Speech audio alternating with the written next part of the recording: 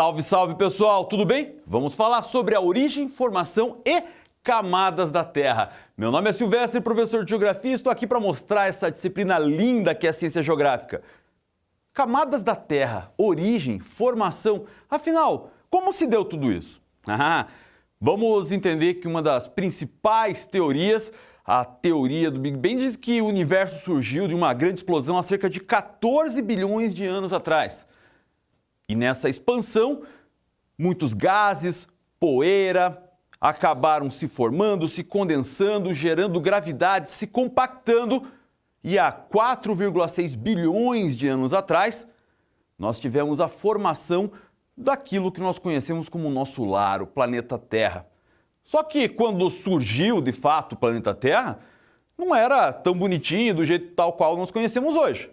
Nós tínhamos a formação de um protoplaneta, um embrião daquilo que um dia iria surgir e formar a Terra.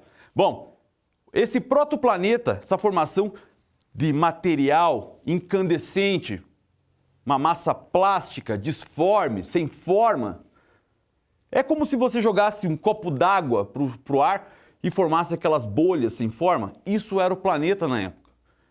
Vamos entender que todos os elementos existentes hoje no planeta estavam numa massa homogênea, que com o tempo começa a fazer um processo de resfriamento. E esse resfriamento não foi uma coisa assim, pá, de uma hora para outra. Ele durou pelo menos 2 bilhões de anos. Detalhe, para formar a primeira camada, a crosta terrestre, a parte que já está solidificada. Mas, na verdade, esse processo ainda continua. E somente uma parte muito pequenininha está resfriada. Assim, nós temos toda a formação, a origem, a organização da estrutura e as camadas do planeta. A Terra, com o tempo, ela começa a se resfriar, como eu falei. Mas ela se resfria baseado num princípio físico, em que a dissipação do calor acontece sempre das áreas do extremo em direção ao centro de uma massa. É como se você percebesse lá um prato de mingau. Como assim um prato de mingau?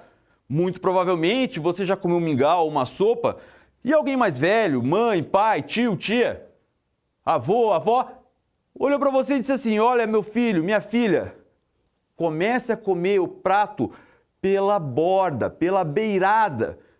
Por que pela beirada? Por que pela borda? Porque ali vai estar mais resfriado. Se você meter a colher no meio, você vai queimar a língua. Exatamente esse é um princípio físico da dissipação do calor, em que os extremos se dissipam muito mais rápido do que o centro. Assim, todo o protoplaneta começa a se resfriar justamente na parte mais externa, naquilo que hoje nós conhecemos como a superfície da Terra. E assim dá origem, então, à primeira camada do planeta, que é a crosta terrestre. Além da crosta terrestre, nós vamos ter também, durante esse processo de calmaria e resfriamento do planeta, nós temos também um outro processo físico chamado de decantação. O que é decantação? É quando elementos mais densos acabam ficando mais no fundo de um recipiente e elementos menos densos acabam ficando mais na superfície. Muito provavelmente você já viu aqueles óleos cosmético, por exemplo, trifásico, onde quando você chacoalha ele vai estar todo misturado, mas se você deixa em repouso, ele vai aparecer as camadas. Ou se você não viu, por exemplo, faça uma experiência. Pega um copo com água, coloca um pouco de óleo, dá uma chacoalhada, ele vai estar lá todo misturado. Mas se você deixar ele ali mais calmo, daqui a pouco você vai ver a água mais ao fundo e o óleo na superfície. Isso é o processo de decantação. Nós temos elementos ali mais densos ao fundo e menos densos mais na superfície.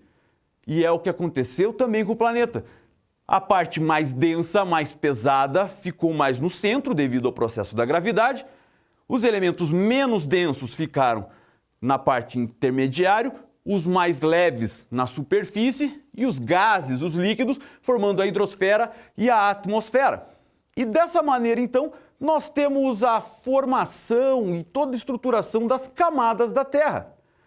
As camadas da Terra, elas têm duas formas de conhecimento: o modelo geoquímico e o modelo geofísico.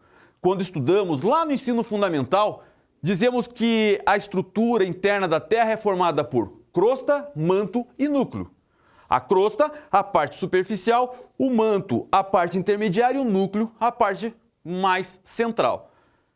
Claro que agora que estamos no ensino médio, nós precisamos conhecer um pouco mais a respeito dessas camadas, dessa estruturação. Vamos começar pelo modelo geofísico. O modelo geofísico, ele baseia-se na estrutura da superfície, da crosta, conhecida como litosfera. A parte da crosta, o material da Terra já solidificado e formando o relevo, formando a superfície da Terra, onde os seres vivos habitam, chamamos de litosfera. Logo abaixo, a cerca de 50 quilômetros, nós vamos ter a formação da astenosfera, que é a camada onde nós temos o magma em material de certa maneira incandescente, que dá origem às erupções vulcânicas, que dá origem ao derramamento de lava. Logo em seguida nós temos a mesosfera, um material um pouco mais pastoso do magma, que vai ficando cada vez com maior pressão até chegar na endosfera, onde nós temos o núcleo terrestre, onde temos as partes mais pesadas. Essa é a ideia onde nós temos o modelo geofísico da estrutura interna da Terra. Mas também nós vamos ter a estrutura do modelo geoquímico. E aqui ele é um pouco mais complexo, onde nós temos maiores estruturas que é preciso dar uma entendida. Vamos dar uma olhada. Para começar, a crosta terrestre, no modelo geoquímico, ela é dividida em duas. A crosta continental, mais resistente, mais espessa, onde nós temos a formação de um relevo e de uma organização de ondulação, onde sofre processos erosivos e sedimentares. E nós temos a crosta oceânica, mais frágil, mais fina, onde normalmente vai acontecer as quebras dessas placas tectônicas, dessa crosta, onde vai fazer as movimentações que dão origem ao vulcanismo, que dá origem ao tectonismo.